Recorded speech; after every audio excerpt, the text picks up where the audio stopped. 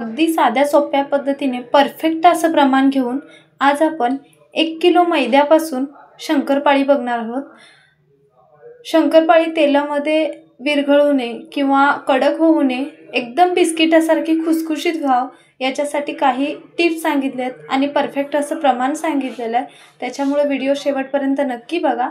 नमस्कार, टेस्ट आणि बेस्टमध्ये तुम्हा सर्वांचं स्वागत आहे। तर या ठिकाणी मी इथं 8 वाटी मैदा घेतलेला आहे, म्हणजे 1 किलो मैदा चाळून घेतलाय। त्याच्यानंतरनं 1.5 वाटी साखर घेऊन त्याला बारीक केलंय, म्हणजे ते नंतरनं 2 कप पिठी साखर झालेली आहे। पाव किलो आणि वरती थोडीशी पिठी साखर घेतली।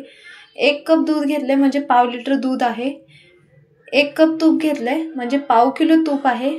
सर्वात आधी पाव किलो तूप टाकूया। तर सर्व प्रमाण मी वाटीच्या साहाय्याने आणि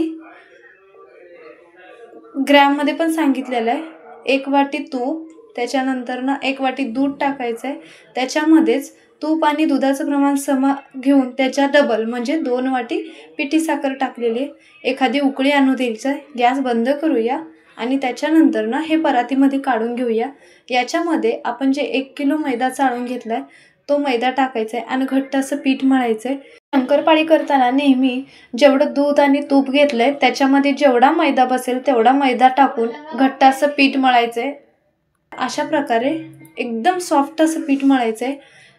आपल्याला एकदम पातळ असं पीठ मळायचं नाही किंवा एकदम लाटायला येणार नाही अशा प्रकारे पण मळायचं नाही आहे। बघू शकता एकदम सॉफ्ट पीठ मळून घेतलेलं आहे। जे काही साहित्य लागतं मी खाली डिस्क्रिप्शन बॉक्समध्ये भी देते, एकदा नक्की चेक करा। त्याच्यानंतर मी इथं 2 चमचे मैदा घेतलाय, 1 चमचा तूप घेतलेला आहे। याच्यामधला थोडासा पिठाचा गोळा साईडला काढून घेऊया। एकदम परफेक्ट प्रमाण घेतलं ना, अजिबात तेलामध्ये आपले शंकरपाळी विरघळणार नाहीयेत। साखरेचं प्रमाण जर जास्त झालं तर आपले जे शंकरपाळी आहेत ते तेलामध्ये विरघळतात आणि जर तुपाचं प्रमाण कमी झालं तर शंकरपाळी एकदम घट्ट होतात। त्याच्यामुळे दोन्ही प्रमाण जे आहे ते एकदम परफेक्ट असायला पाहिजे। तर राहिलेल्या पिठावरती झाकण ठेवूया आणि हे साईडला ठेवून टाकूया। त्याच्यानंतर ना मी इथे एक बेलणं घेतलंय। मैद्याचा वापर करायचा नाही आपल्याला, मैदा न लावता अशा प्रकारे लाटून घ्यायचंय। जेवढं होईल तेवढं लाटून घेतलंय। त्याच्यानंतर ना तुपाचा हात लावायचा आहे। याच्यावरती थोडासा मैदा टाकून घेऊया। अगदी साध्या सोप्या पद्धतीने मी इथं दाखवलेलं आहे। अशा प्रकारे एका साईडने फोल्ड करायचं आहे, परत तूप लावायचं आहे आणि मैदा टाकायचा आहे। ही जर ट्रिप्स केलात ना तुम्ही तर आपले जे शंकरपाळी आहेत ते एकदम लेअरवाले बनतील। ऑप्शन आहे, नाही केलं तरी चालेल। एकच लाटी लाटून ते कापून तळलं तरीही चालेल, पण याच्याने ना एकदम खुसखुशीत आणि लेअरवाले शंकरपाळी बनतात। त्याच्यामुळे ही ट्रिक तुम्हाला दाखवलेली आहे। त्याच्यानंतर ना चपाती बनवतो ना त्याच्यापेक्षा थोडंसं जाडी आपल्याला जास्त ठेवायचं आहे आणि अशा प्रकारे हे लाटून घ्यायचं आहे। तर याची थिकनेस दाखवते तुम्हाला किती प्रमाणात हे मी ठेवलेलं आहे।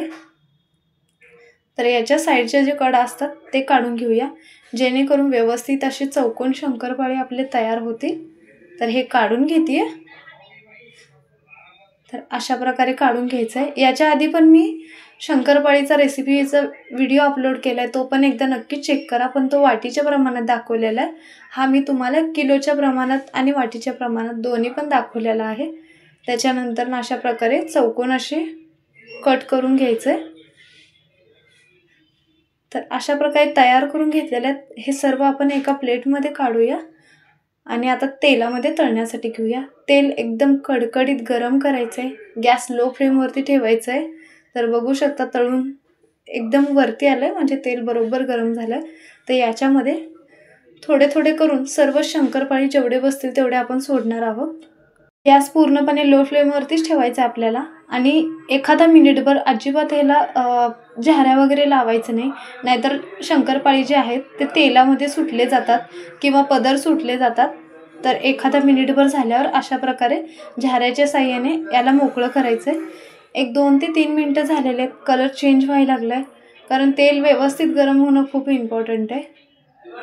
तर अशा प्रकारे एक 4 ते 5 मिनिटानंतर ना बघू शकता अगदी गोल्डन ब्राऊन कलर आलेला आहे। तर हे चाळणीमध्ये काढून घेते।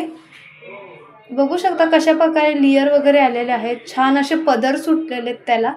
तर सेम याच प्रकारे आपण बाकीचे राहिलेले शंकरपाळी तयार करून घेणार आहोत। तर अशा प्रकारे झटपट असे एकदम पदर सुटलेले साध्या सोप्या पद्धतीने 1 किलोच्या पिठापासून म्हणजे 1 किलोच्या मैद्यापासून आपली शंकरपाळी तयार आहेत. व्हिडिओ जर आवडला, पद्धत जर आवडली सांगण्याची तर नक्की लाईक, शेअर आणि सबस्क्राईब करा. कमेंट बॉक्समध्ये नक्की सांगा व्हिडिओ कसा वाटला ते. व्हिडिओ पाहिल्याबद्दल धन्यवाद.